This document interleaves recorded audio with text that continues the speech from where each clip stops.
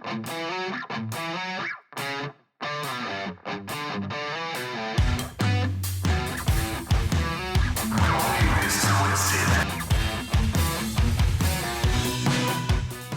welcome to another show of Don't Get This Twisted. I am Rob, along with my co-host, as always, Tina.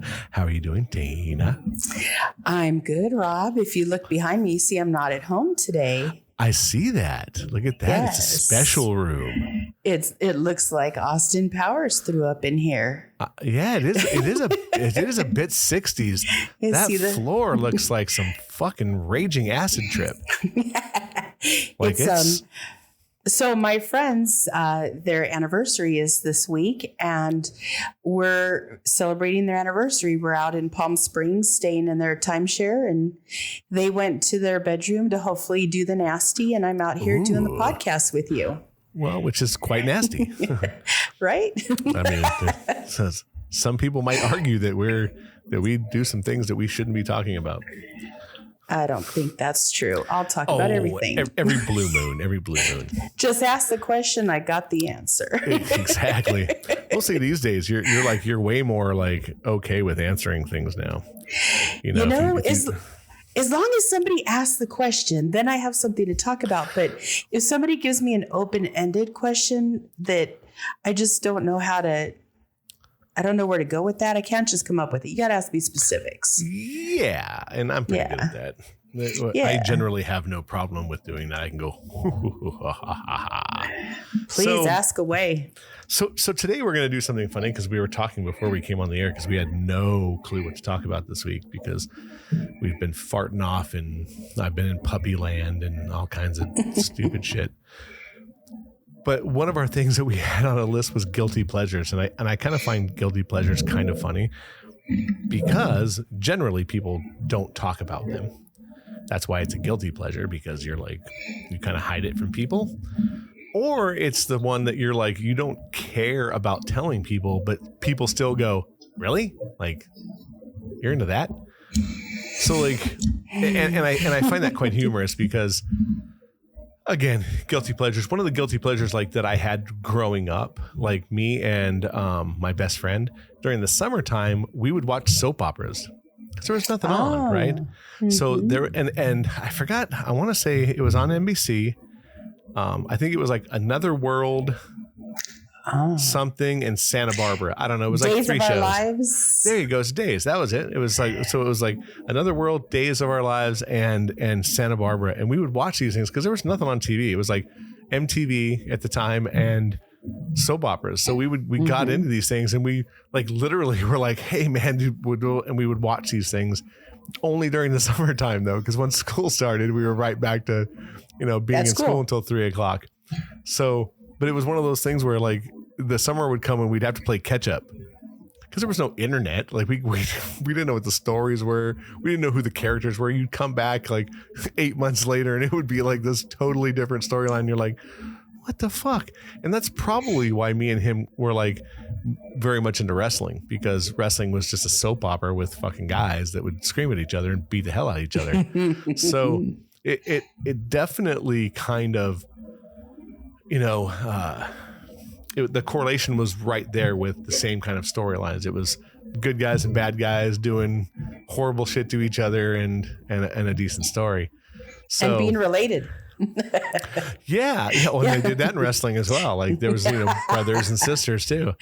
It's kind of a weird thing. And that was kind of like how I was when I was in probably junior high and high school. A lot of people didn't know, like I was a big comic book fan and that was a guilty pleasure because then, if you liked comics, you got your ass beat.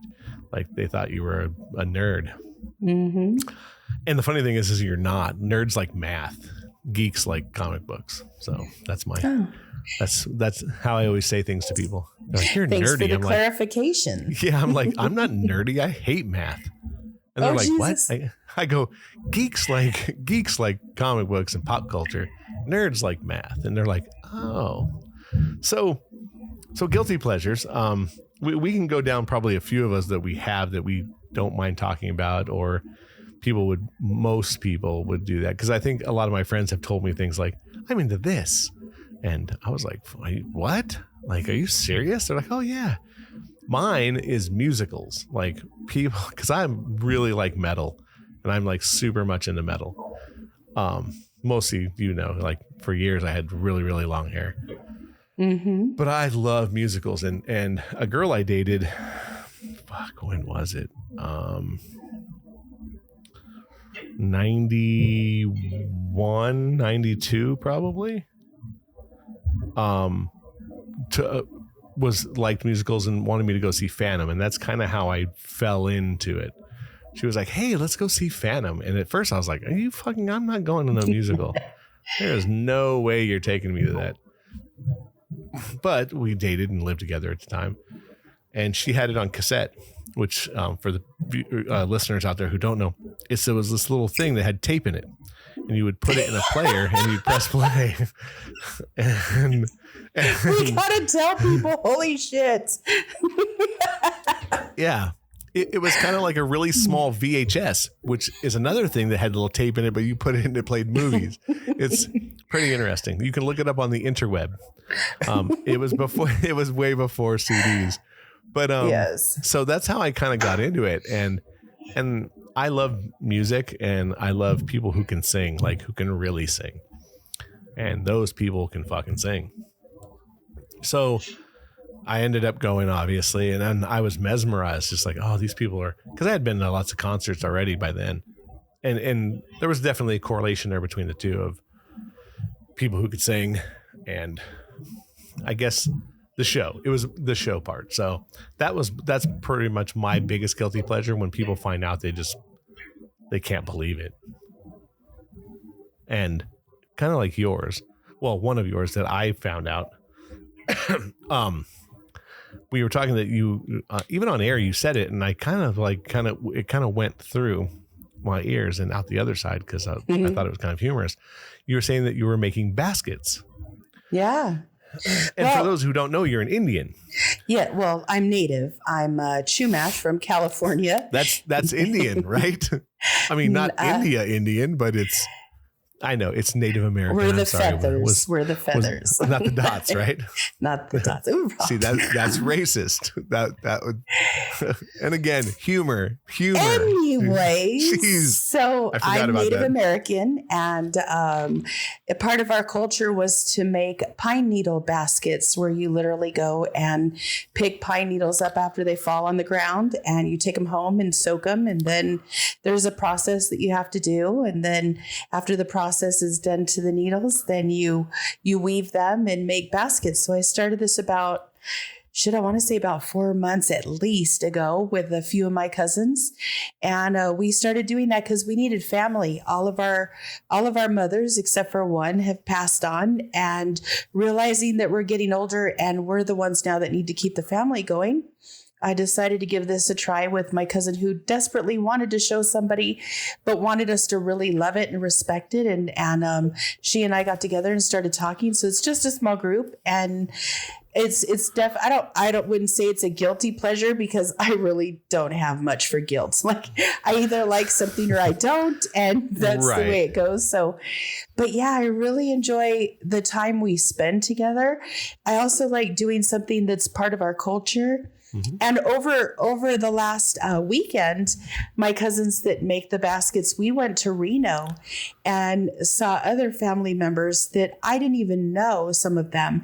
And we gave a basket that was promised to the family after somebody that it was promised to had passed away. And I got to say that what that visit meant to us, and how loving and everything everybody was. It was like everybody in my family needed that visit, and the basket brought us together. So as much as I would like to say it's a guilty pleasure, I have no guilt. So, but it's definitely something that I'm really enjoying doing. And I hope that we continue for a long time, because we need it. Well, here's a couple of things that I'll ask you. First, how long does it take to make one? Well, in the beginning, it took us probably from beginning to end to make our first basket. It took 3 or 4 different days. We normally get together like on a Saturday afternoon, and about 12:30 we have lunch. Then we go outside and we start doing our thing. And we normally leave about 5, 6 o'clock, somewhere in there. So we did that for a few days, our first one. And then finally we all came out with baskets. It seemed like on the same day. And well, the funny thing is we all had really different size baskets. So I'm surprised we all finished at the same time. But then I've gotten faster. Like I've been able to do a basket in a 4 or 5 hour setting. It just depends on the size and how well everything goes. And if you're screwing around and talking a lot, you're going to get way less done as you would if you put your head down and do what you're supposed to do. So it could take anywhere from days to weeks to hours. It just depends on the size and how we're doing it. Cool. So what's the average size? Because I'm looking for I'm looking for something because I have this big bookshelf. Oh, you've been here. You know my big bookshelf? There's some empty spots there. Maybe you'll make me a little basket and I'll throw it on there. It depends on it. It's funny. I say it depends on the spirit of what we're making at the time. Cause I tried to make a little basket, which would be about, I don't know, maybe 2 inches tall and maybe just a tiny one, just a little, like one maybe you could hold in 2 fingers, 2 by 5 or 2 by 4. Not even that big, 2 by 2, 2 by 3, something like that. Okay. And then we've made some that are about the size of, or at least as wide as your wallet, like a female's wallet, a bigger wallet. Oh, okay. Yeah. And then one of my friends wants to make like a fruit basket. She's going to try to do a great big one. So it depends on what you're making it for and how you're making it. The Chumash used to even make baskets to go on their head, not baskets, but like decor for their head or like a hat. I don't know how you would say it, but we were even talking about making one of those, a headpiece. Yes. So we were even thinking about doing one of those. That's kind of cool. Yeah. And then so it gets even more strange because back years ago, my dad had over some friends that were teaching everybody how to make cordage. Cordage was used for nets and for fishing and for lines, basically. And I had my back to them because I was trying to stone carve. My dad's a stone carver. So I was trying to see if I could do what he did. And I had my backs to them, but I was listening to the guy that was explaining it to them. And I finally got tired of doing the rock because I had carved on it for 5 hours and it still just looked like a rock. So I picked up a piece of dog bane and I did what I had heard him say to do. Fuck. And I made cordage that was actually better than the guy that had taught us. And I didn't see what he did. So, I think I'm going to try to do that again because we were talking about other projects we could make that were native to California Indians. So yeah, if shit goes down in this world, I know how to weave some actual cordage that we can make a net with. Well, that's actually, I hate to say it, but those are like good things that are good to know because when the shit hits the fan, I heard something on the way home, getting off the kind of subject of our guilty pleasures, but I heard something on the way home and some guy was like, if this country, all we have to do is lose power and this whole country will go sideways. People will start doing crazy shit super quick. I was like, oh yeah. Well, it takes way less than that for people in this country to do crazy shit super quick, if you ask me. Oh no, it's very true. So do you know, have you ran into anybody who kind of told you their guilty pleasure, kind of like, and again, I wasn't super shocked that you made baskets. It just, when it came out of your mouth the one day, I was like, you're fucking what? It's like baskets. And it's funny because, yeah. And then it was funny because you showed me a picture, like when it was like, while you were making it. And I was like, oh shit. She was serious. And then, so I've ran into some people who've told me their guilty pleasures where it's kind of like me, where it's like, just oddball because you just never think like they're going to be into something like that. And that's why it is kind of a guilty pleasure and they don't tell anybody because most people will just judge the shit out of you or just make fun of you, mostly between like Guy friends are brutal. So one of my other friends, I forgot, we were talking about something, and I kind of made a jab at him about something, like a joke about I forgot what I said to him, but it was a pop on him, and he was like, "Oh yeah, don't worry about it, rent." And I was like, "What?" He goes, "Rent." Like he goes, "Yeah, you remember you like rent?" And I was like, "Oh yeah." So he would he would like use things like that against me. Like if I would say anything utterly horrible to him, he'd remind me that I like musicals. So, and I think that that's the kind of thing that's funny about guilty pleasures, because there are those guilty pleasures of things like that, or even guilty pleasures like certain ice creams or certain, like, where no matter what it is, that's your guilty pleasure. If you're somewhere around that place, it's like Chi-Chi's. Chi-Chi's is a guilty pleasure for me, because if I'm anywhere near one and I know I can convince someone else to go with me, you're going. I'm going. But see, that's the thing. I will never go there alone. Really? No, I mean, yes, but I generally don't, because I think Chi-Chi's to me it's a guilty pleasure, but it's also a social construct. You're the one that took me there for the first time. Yeah. So like, and when we go, it's generally a social thing. Yeah. Right. Like we make it into something, and we always have. So like, no matter what, it's always been this social thing. But like you can't go there and not eat the sourdough rolls. Oh my God, those are amazing. Talk about guilty pleasures. Yeah, I don't know anyone who's ever gone there who has had one and then been like, oh yeah, I don't like that. Never. So for me, it's kind of, that's another one of my guilty pleasures. There's a sub shop too in Woodland Hills that if I'm near it and I know I have time, I will eat it every single time. So that's funny. So to me, those are my guilty pleasures. Silly shit like that. Gummy bears. I love gummy bears. So like if I'm somewhere and I can just pick up something small, I'd be like, oh yeah. And that'll be my guilty pleasure to get me my fix till the next, the next time I'm somewhere. So I just find it kind of interesting, because we all have them on some level.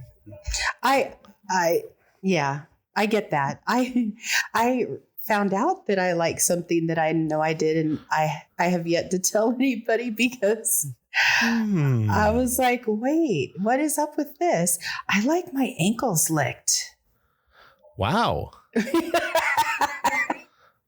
I didn't see that one coming. It's right there with the baskets, Rob. Yeah. No, it's not, but we'll go along with that. That's yeah. Wow. Okay. Yeah. Yeah, I think when it comes to sexual deviance and guilty pleasures, those are the things that you don't tell everybody. But once you find out what it is, that is your go-to. It's kind of like fetishes. Like, speaking of that, like when you find out about like someone else's thing, you're like, oh, like, interesting. Like I didn't think it would be like that. Mostly people that I hate to say are straight, or more straight edge, or more, and I just think that they're just more confined. My best friend, super confined. Like we only know where he's my best friend. He's been my friend for 40 years. But 30 something years. I'll tell you that there's things that me and him have never talked about. And that's just because there's some bridges we don't cross.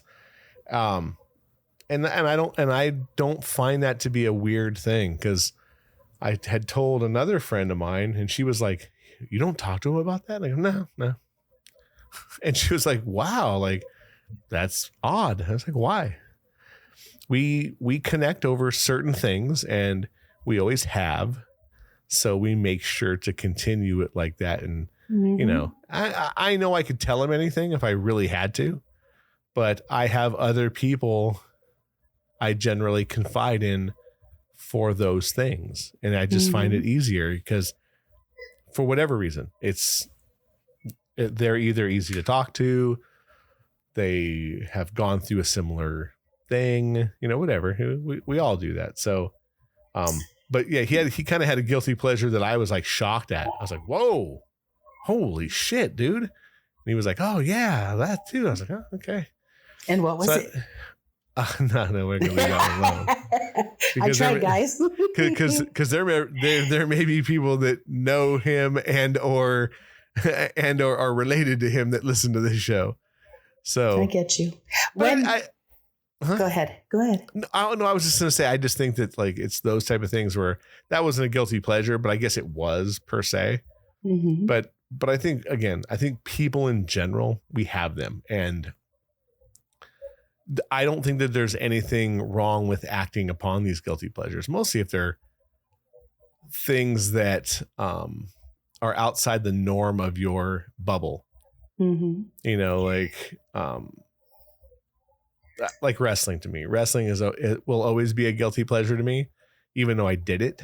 You know, I don't watch it as much anymore, but there's still like, you know, there's a night like I'll throw it on just for shits and giggles to kind of get the, oh yeah, like, oh, this is cool, and go on. Or like Marvel movies, like comic book movies are always going to be my guilty pleasure because it keeps me young or feeling that way, or probably thinking of a better time in my life. You know what I mean? Like when I collected comic books, I was between 13 and 25, like good times before the dark times, before the empire. So, you know, when I was in my early 20s, I was a phone sex operator, and I got the job, and then I talked to one of my best friends at the time to get the job also. And because my voice is deeper than most women, they put me on specific lines. I worked with the cross dressers and the people that were into domination and have had really crazy fetishes. And I remember one guy had a guilty pleasure, and to this day, I'm still dumbfounded by it, but I'll tell you about it. His thing was he wanted me to be super mean in the way that I talked to him, like just very demeaning. But his thing was to be told to stick his nuts on the edge of the toilet and then slam the lid on them. And you're not supposed to break character, obviously, when you're doing these things. But I had to stop and go, whoa, wait, are you serious? And he was very serious. And that was he lost a lot of women because they wouldn't do that to him. Go figure. And I was impressed. I was like, wow, you actually found something that I'm never going to do. Yeah. I mean, you know, people are into some weird shit. I mean, whatever, you know, that part of it, we'll end up talking about that at some point. I know we still, but I think, you know, again, like things that you would never tell people. And that's probably why he had to go to some outside source to at least say something about it. Because if not, you know, suppressing that kind of shit is crazy. Oh, yeah. And he definitely was looking for acceptance, too, which I found.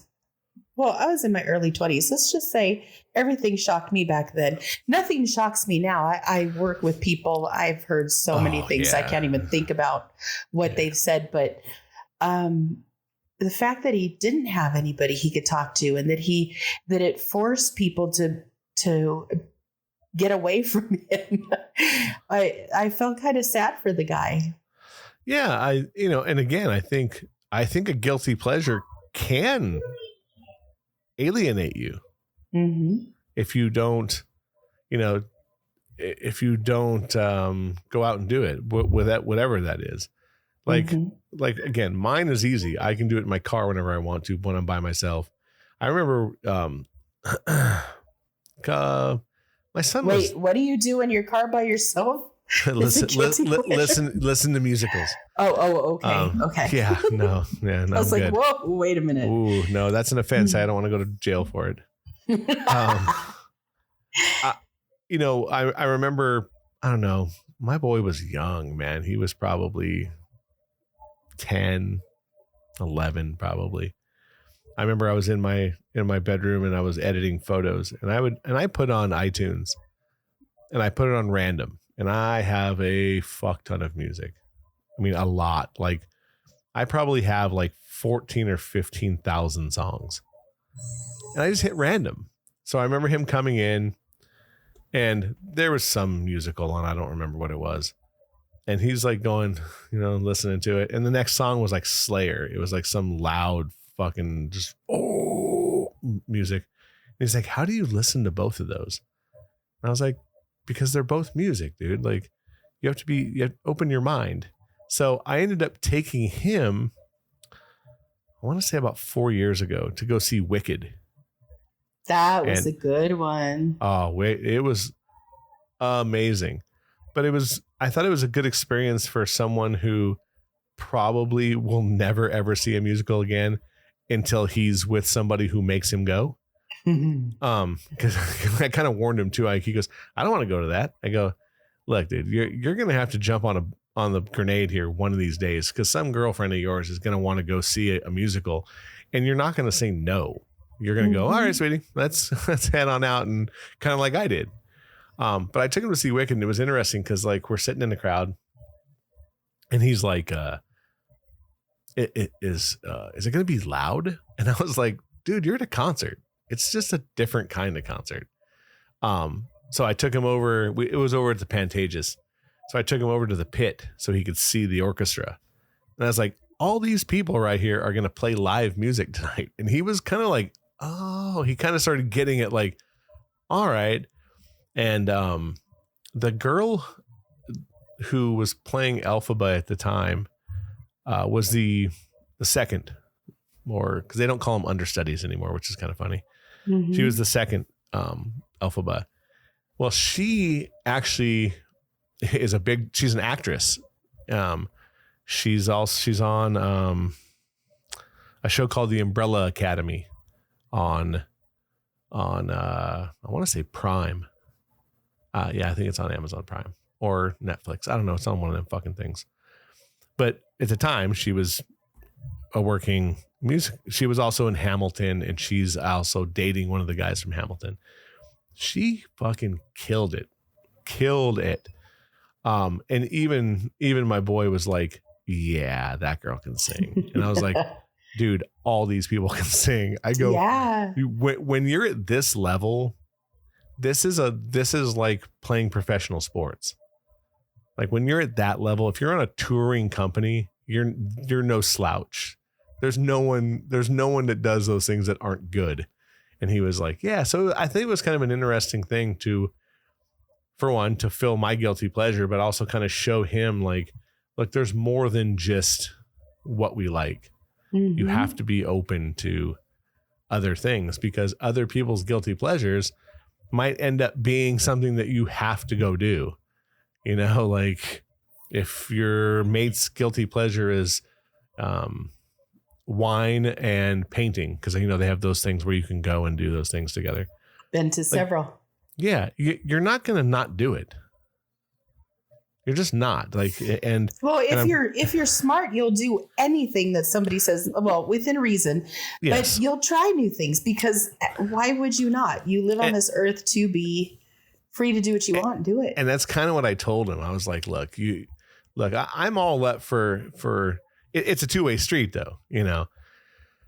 If you want to go see Slipknot, your mate has to be able to be like, look, I might not like them as a band, and I might not like that kind of music, but I'm going to go because you want to. We talked about that kind of before. Like, I see things totally different now. Like, you have to do the dance, whatever the dance is. Mm-hmm.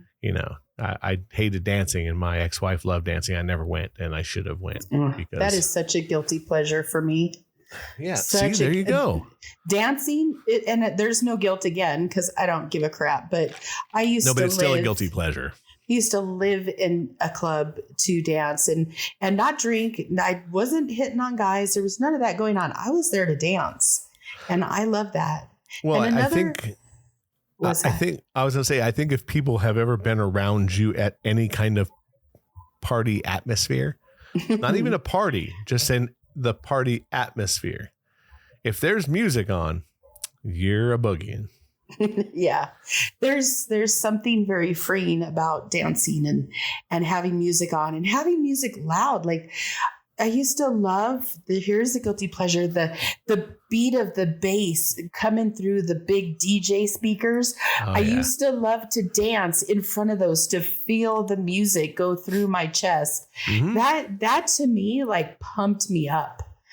I love that. I lived for that. You remember the quad, dancing on the quad? Yes. Do you remember I was the only white girl on the quad when well, you I weren't white, you were Mexican grade. then, remember? Well, so funny thing is the reason that we're just going to forget that because that was so 5 minutes ago. No, back when I was Mexican, I had blonde hair in high school. I know. And my friend, who was the nicest guy, but he was African American and he was a year or two older than I, and he loved to dance. It was funny because I would go out dancing and just randomly see him at places, and we'd dance all night together. But he got me out on the quad, and I was the only white girl out there. Yeah. All the rest of he was a rather tall fellow, wasn't he? Yeah, he was like 6'4", 6'5". Was so, and I'm not a slouch. I was no, but in high school, back in the day. 6'5" was yes, you were tall. But I was 5'10", so for a girl with blonde hair up on a quad but I was very I stood out there too. But if there was music on, I didn't care. I'd go and dance with anybody. And he was a lot of fun to go dancing with. And I was in student council. I was one of the ones responsible for having a DJ every week there. So if I had to work at it, I was definitely going to be out there dancing on the quad. Yeah. Wasn't there like there was a DJ Hamburger Helper? You remember that guy? I think he was one of them. Actually, I still know him. Yeah. See, this goes to show you. See, I remember like weird shit like that from high school, but the quad. Now here's the funny thing. So you're talking about feeling that bass, feeling music, period. But I ended up going to this huge hip hop show. I had a friend of mine who worked for K-Day. Oh, and he needed a photographer to shoot the concert. So I had a pit pass, so I was in front of the whole crowd shooting all these hip hop guys. Why did you not take me with you? Well, it was kind of like it was out of nowhere. He was like, "Hey dude, I need someone to shoot these pictures. We'll pay you. Will you come?" And I was like, "Sure." What? Yeah, I was like, but I've been to a lot of metal shows and been fairly close. That bass all night long, it rattles you. Because I was in front of massive speakers because it was at the Nokia Theater and right next to Staples. That place holds like 20,000 people. Yeah. So it was maybe not 20,000, maybe about 8,000, but it was big. It's a big place. It's a Nokia Theater. There's three. So there's Club Nokia, which is a smaller place. Then there's Nokia Theater, and then there's Staples Center. Mm-hmm. But I mean, that bass all night, the equivalent that I would say, I saw two bands really close. I was in a pit for Slipknot at the Universal Amphitheater, which is now Harry Potter Land. Mm-hmm. Loud. It was fucking loud. Like it was to be that close and in a pit that was uncontrollable. Like I was all over. I was dripping sweat. And then I took pictures in 2000, I think. I took pictures for Iron Maiden at the Greek, which is super cool. I was because the Greek holds about the same, like 8,000 or 9,000 people. And I was in the photo pit for that too. And to be in front of this whole huge crowd of a sellout crowd and turn around and see my favorite band, like I could have touched the guy's legs because I was that close to him. But yeah, that bass is crazy. Like it's such a a feeling to feel it. So I can understand that part of, and I think that's why it is a guilty pleasure, because you're hearing and feeling at the same time. It's kind of like a dual sword, plus eye contact and all that other shit. Plus that really was part of the music at the time that we were growing up. When I was in El Paso, one of the guys that I would go to visit, out of the family that I always stayed at, he was a DJ, and he put his speakers, huge ass speakers, in this Cadillac in the trunk that he had. And my favorite thing to do was drive that Cadillac with the music just bumping to where he said it would rattle the windows at the high school that he went to, because I was older than him. So he'd leave me the car keys. I'd go, I'd take the car out, and then before it was time for him to get out of school, I'd go rattle the windows for him, let him know I was there. What could go wrong? Nothing went wrong. All the years I have spent with those people, and I've known them since I was 18, we never got into trouble. Ever. They were kind of just fun guys to be around that liked to dance and have a good time, but they were always very respectful, and we just never got into problems. So, no, I can see that. I'm just saying, leaving you with a car that would go boom. What could go wrong? Like nothing. Yeah, but so, I do like that feeling. That is your guilty pleasure. I think, Dan, I had to think about it because there's a couple more. Okay. Actually, I like to go skinny dipping. Oh, I've only done that once. Oh my God. Okay. So when I was just left 6th grade, my mom had worked for a construction company, and she decided she wanted a pool put in the backyard. So we've had a pool since I was in the 6th grade. And even when I don't live there, if I want to go in the pool, I just go and get in the pool. There's never a time where I can't be there. It's whenever. And my dad, when it was hot on summer nights, he'd go, "Hey guys, I'm going to go get in the pool. Leave me alone." And he would go jump in the pool naked and swim around a little bit and get out and go back in the house and cool, he's cooled down. So from a younger age, that was acceptable in our house. And when my mom was alive, I'd say, "Hey mom, I'm going to go get naked and get in the pool." She's like, "Go ahead, have a good time." There was never any issues with it.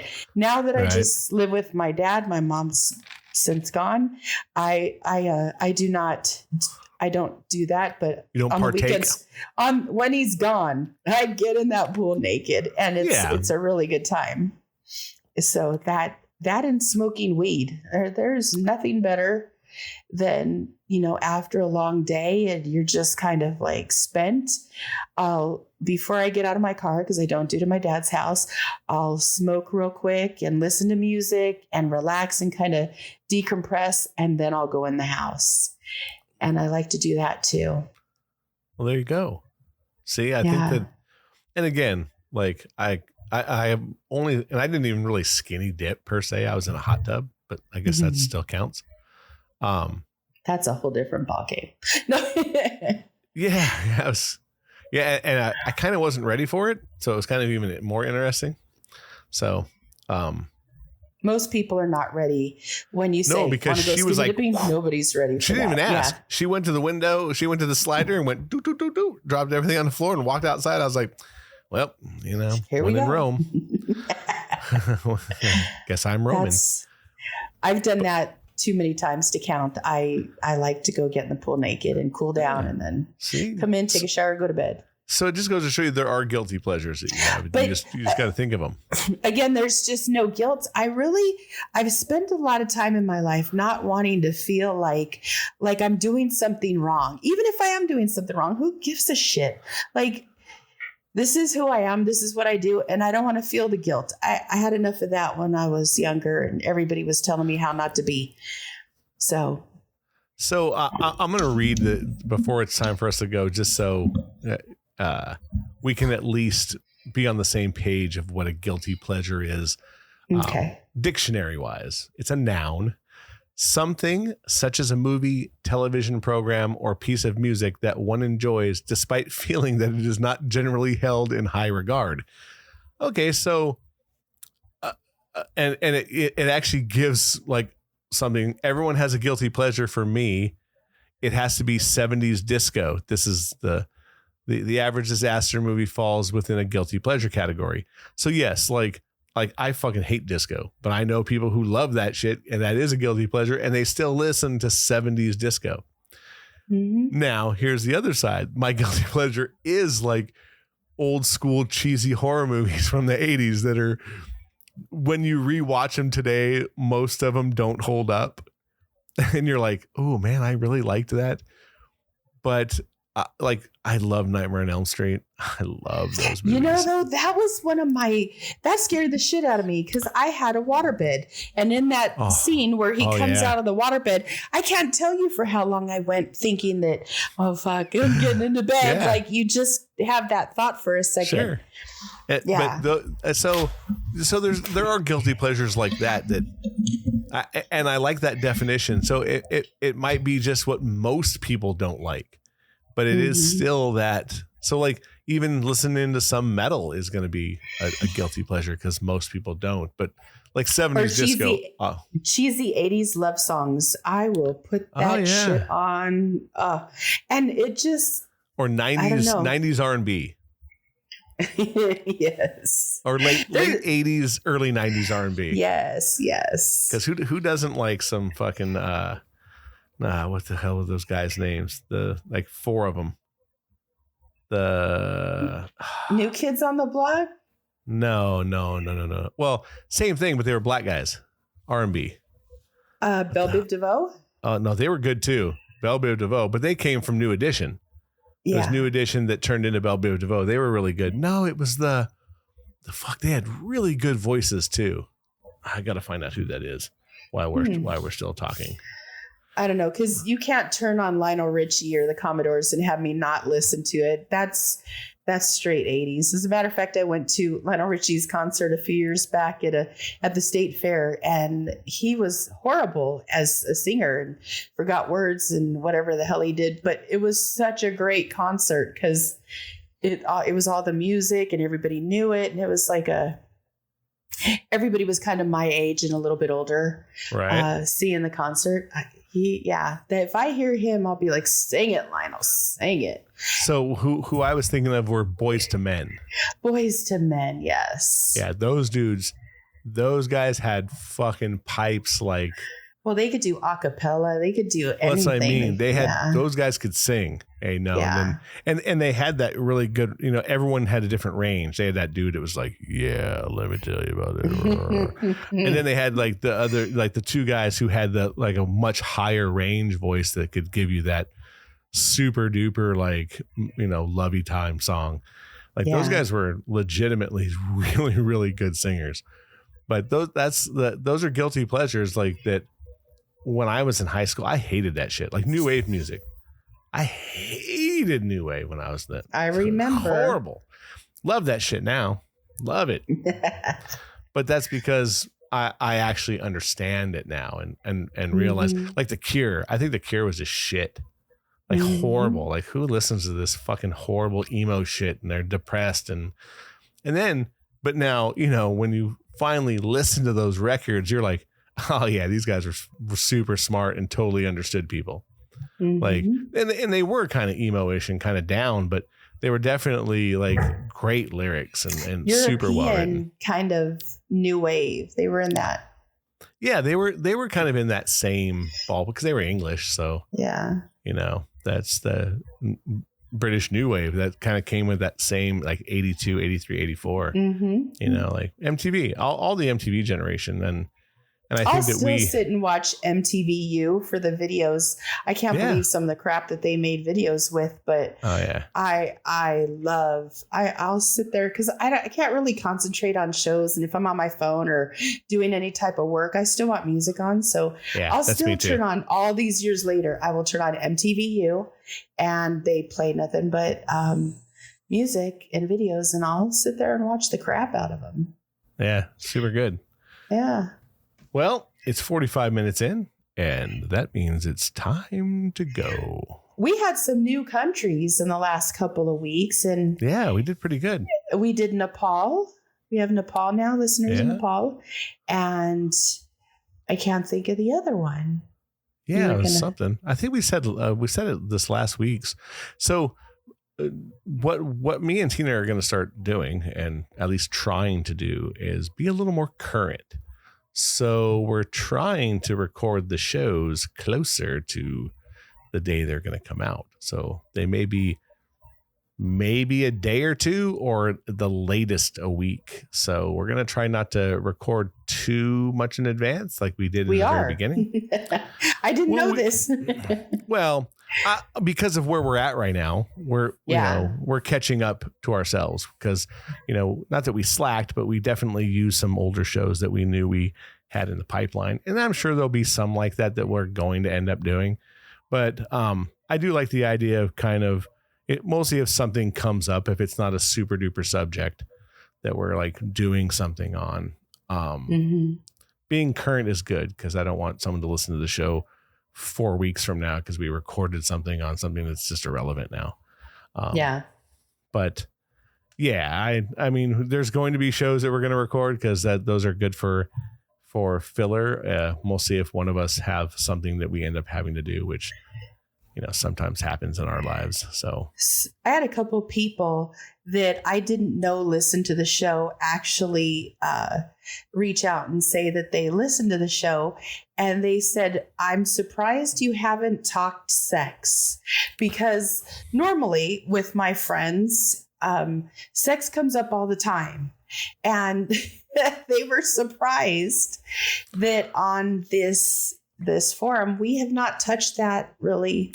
We've touched dating, we've touched families, we've touched relationships, but not sex. So I think we got to get going on our. Yeah, we definitely have an idea for that. So I think we'll get to it. But I think if we're going to do that, we definitely have to kind of do what we were talking about and have other people involved and kind of bounce things off each other and let them talk. And look, I don't know for sure, but the feedback I get, a lot of people like when we have people on. So I think it's for the best. We're going to do a sex show. Trust me. We have an idea to do kind of 3 of them in multiple parts. We're just going to have to kind of sit down. I think that one, me and you are going to have to, thoroughly plan and make sure that it's done correctly. And but it's coming. We're going to do them. They've been on the books since the beginning of this.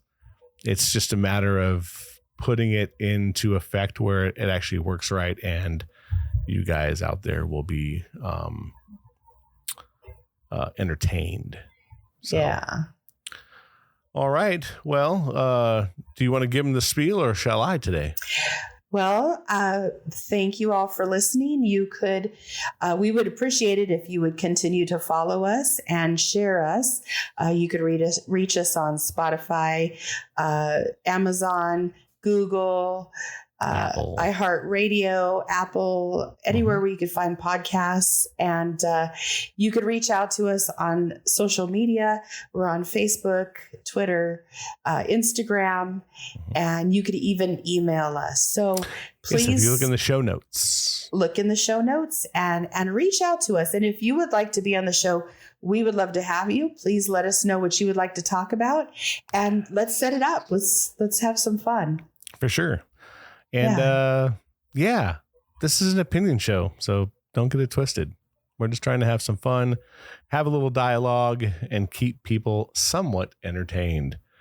So until next week, when we put out another show, please feel free to enjoy the rest of our library. We're coming up close to episode 50. Are we seriously? We're getting close. Close. Back when we started this, I never thought we would still be doing this with 50 episodes under our belt. Pretty crazy. I think we could do another 50 easy. Yeah. So this episode is episode 48. So we're really close. So I love it. We're going to have to come up with a really good topic for 50. We'll talk about that this week.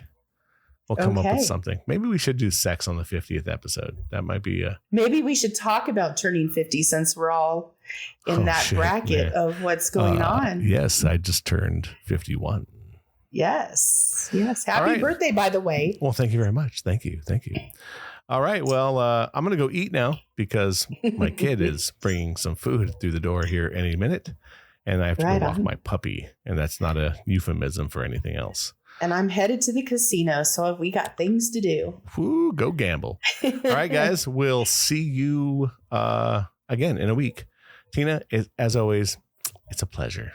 I love you, Rob. I love you too, darling. Talk to you next week. Later. All right, bye-bye.